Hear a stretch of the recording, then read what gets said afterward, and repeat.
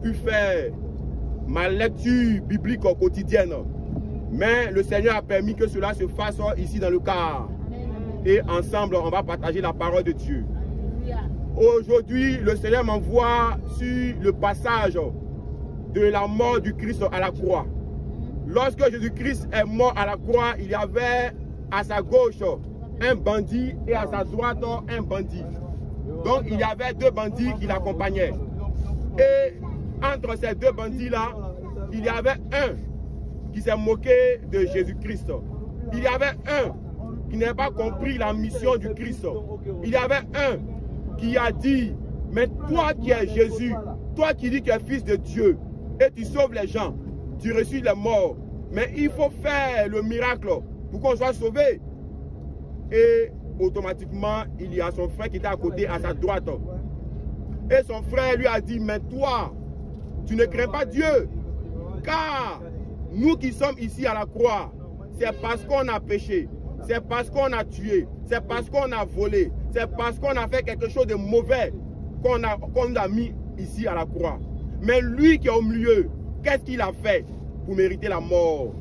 Et lorsqu'il a dit cela, il a dit, oh Seigneur, souviens-toi de moi lorsque tu seras dans ton repos.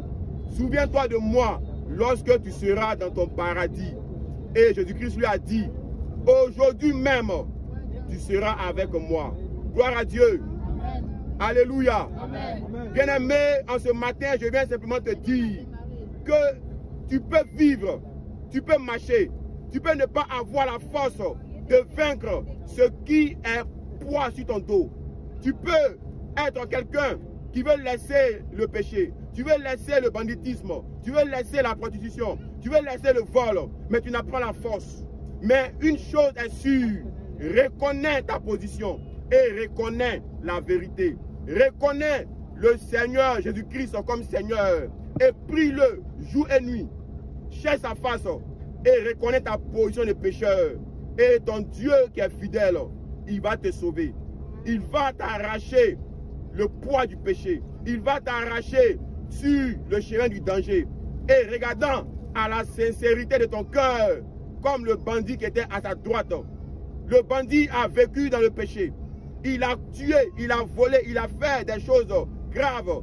Parce que pour être mis à la croix, il faut être un criminel.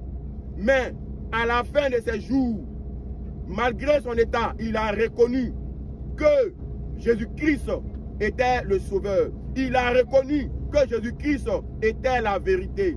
Et à quelques minutes de la fin de son jour sur la terre des hommes, il a été sauvé. Il a été sauvé. Donc, bien aimé, en ce matin, je viens simplement t'inviter à reconnaître Jésus-Christ comme ton Seigneur et ton Sauveur. Je vais t'inviter à reconnaître ta position.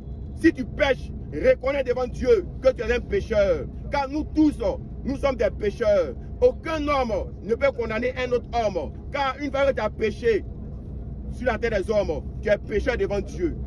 Voilà pourquoi, bien aimé, je vais t'inviter à reconnaître ta position.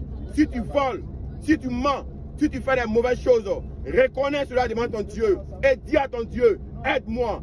Dis à ton Dieu, souviens-toi de moi. Et ton Dieu, de la même manière qu'il s'est souvenu du bandit à sa droite, il va se souvenir de toi. Gloire à Dieu. Bien-aimé, on va prier pour confier le voyage entre les mains de Dieu. Car le voyage est long, mais avec Dieu, rien n'est impossible. La Bible déclare que Jésus-Christ, il est le commencement et la fin. Nous quittons Abidjan pour Lomé. Et avec Jésus-Christ, ce voyage sera chaleureux. Ce voyage sera agréable. Ce voyage ne sera pas fatigant. Au nom de Jésus-Christ, on ferme les yeux et on prie. Notre Père, notre Dieu, en ce jour, nous partons pour un voyage. Chacun y va pour une cause précise. Et nous y allons parce que nous avons perdu notre aîné qui a perdu la vie. Et nous partons, Seigneur Dieu, l'enterrer dignement. Nous te confions le chemin, nous te confions le voyage. La Bible déclare que ce qui est difficile, ce qui est compliqué aux yeux des hommes est facile et rien à tes yeux. Car avec toi, rien n'est impossible. Nous te confions le début et la fin de ce voyage. Nous te confions le début et la fin de ce voyage.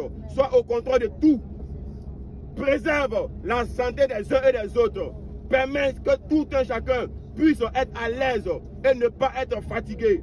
Permets, Seigneur Dieu, que chacun, celui qui va pour son commerce, celui qui va voir ses parents, celui qui va visiter sa famille, soit au contrôle de tout. Et permets que chacun puisse aller et revenir en paix au nom de Jésus-Christ.